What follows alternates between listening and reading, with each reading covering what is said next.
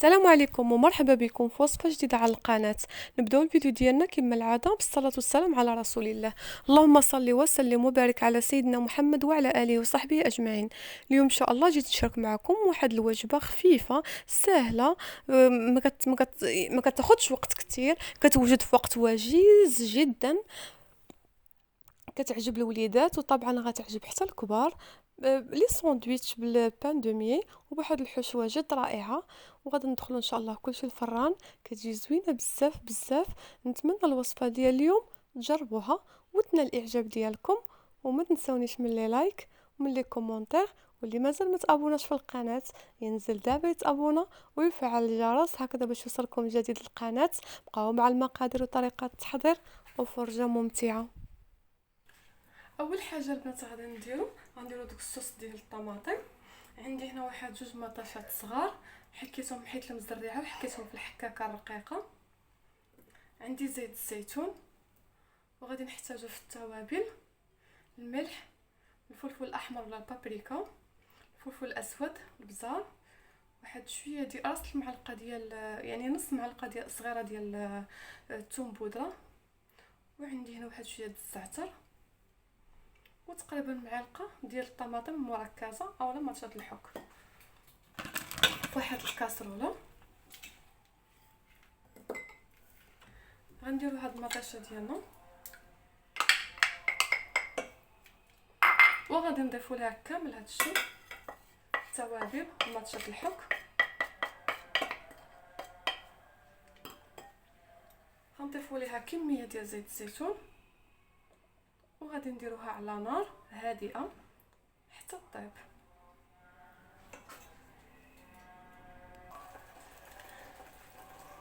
عندي هنا واحد البصيله مفرومه مشلضه رقيقه متوسطه في الحجم. عندي علبه ديال الشامبينيون، ممكن تعوضوا بالشامبينيون طري، الفطر الطري غيكون احسن. عندي هنا ملح وفلفل اسود، بزار، وزيت الزيتون. بالنسبه هنا للشامبينيون كيف ما قلت لكم ممكن تعوضوه بالشامبينيون طري، اولا ممكن ديروا يعني فلفله حمراء وخضراء، يعني فلفل الوان، ممكن ديروا يعني اي حاجه كتعجبكم. فواحد المقيله غندير هاد البصله،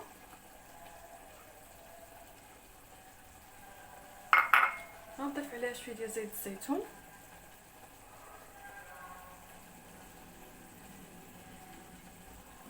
والملح والفلفل الاسود. غادي نديرهم يتشحروا مزيان حتى تذوب ديك البصيله وتنزل، وعاد نضيفوا ليها الشامبينيون.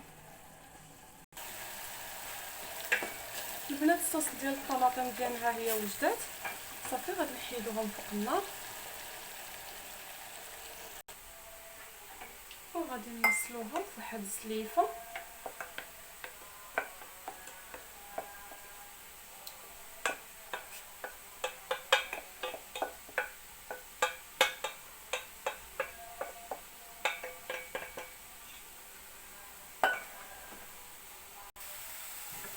البنات هانتوما شوفوا البصيله ديالنا راه تشحرات شويه نزلات.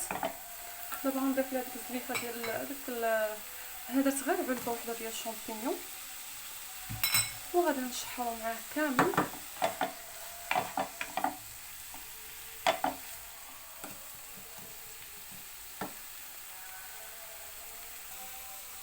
البنات البصله ديالنا هي تشحرات ديال الشامبينيون،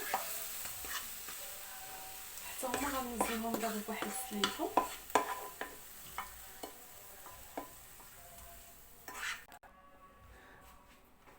عندي هنا الصوصيص، ممكن تستعملوا الكفته اولا تستعملوا انا هنا دايره الصوصيص ديال اللحم، ممكن ديروا ديال لاداند كيف ما قلت لكم، ممكن ديروا الكفته ولا ممكن ديروا قطع ديال الدجاج. المهم كل واحد تيدير على حسب الذوق ديالو وعلى حسب الموجود اللي عنده. انا عندي هذا الصوصيص ديال اللحم غادي نستعملو. بالنسبه لي انا غادي نحيد ليه هاد الجلده، غادي نخويه يعني، ممكن تقطعوه غير قطع صغيره وتستعملوه. انا غادي نحيد له كما قلت لكم هاد الجلده هكذا. هانتوما البنات كيف ما كتشوفوا، نتمنى الصوره تكون واضحه.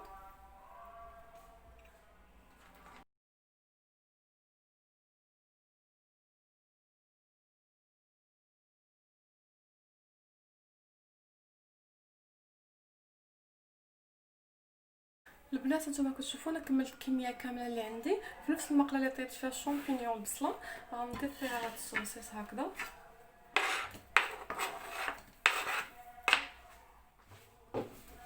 غادي نضيف عليه كميه يعني واحد 2 معالق تقريبا ديال زيت الزيتون باش نشحرو فيه صافي. غادي بالنسبه للصوصيص راه ما غندير له لا توابل لا ملح لا حتى شي حاجه، لانه هو ديجا كيكون فيه كلشي ما يحتاجش نضيفوا ليه حتى حاجه.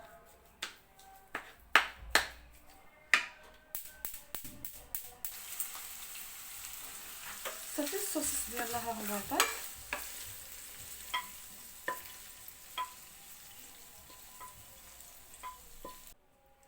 هنا غنوجدوا واحد الصوص اللي غندهنوا به هذاك الخبز الطوست ديالنا. عندي هنا جبن خاص بالدهن، اي جبن كريمي عندكم، ممكن تستعملوا قطع ديال الجبن مثلث، مايونيز، كيتشوب، وشويه صلصه حاره اختياريه.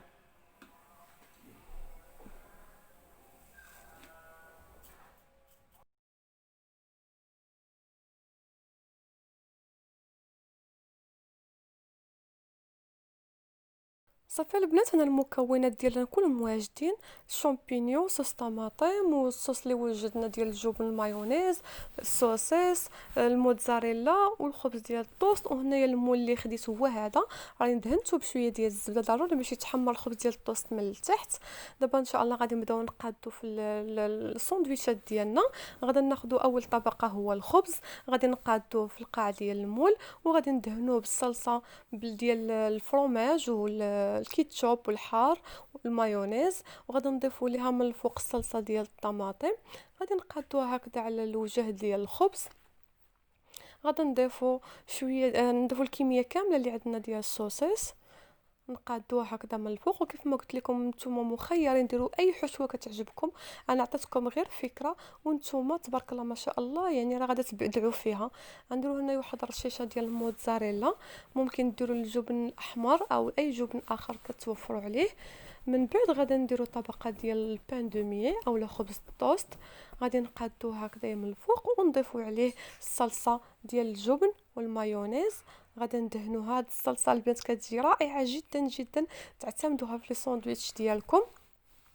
غنديروا طبقه اخرى ديال صلصه الطماطم، ومن بعد غادي نديروا الحشوه ديال البصله والشامبينيون. كما قلت لكم ممكن ديروا الفلافل الملونه حتى هي كتجي زوينه بزاف بزاف.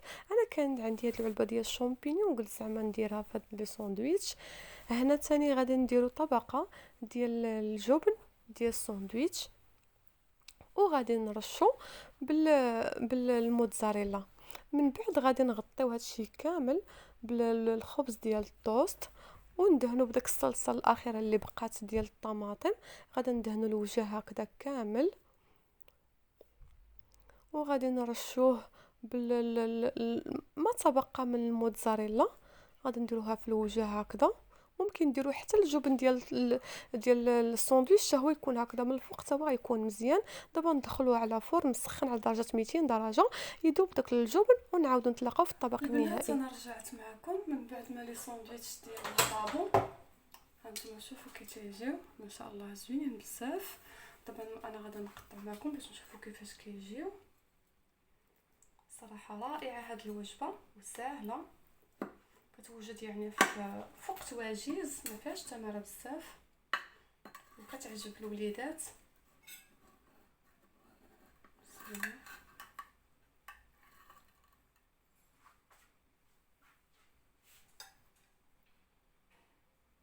هانتوما البنات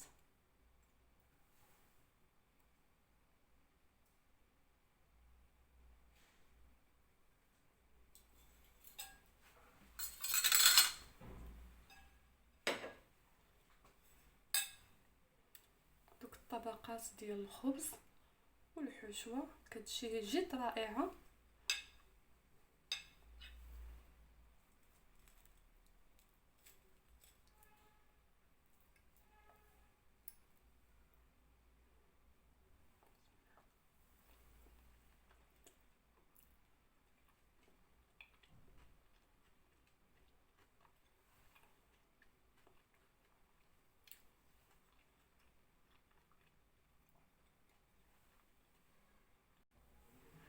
نتمنى الوصفه ديال اليوم تجربوها وتنال الاعجاب ديالكم.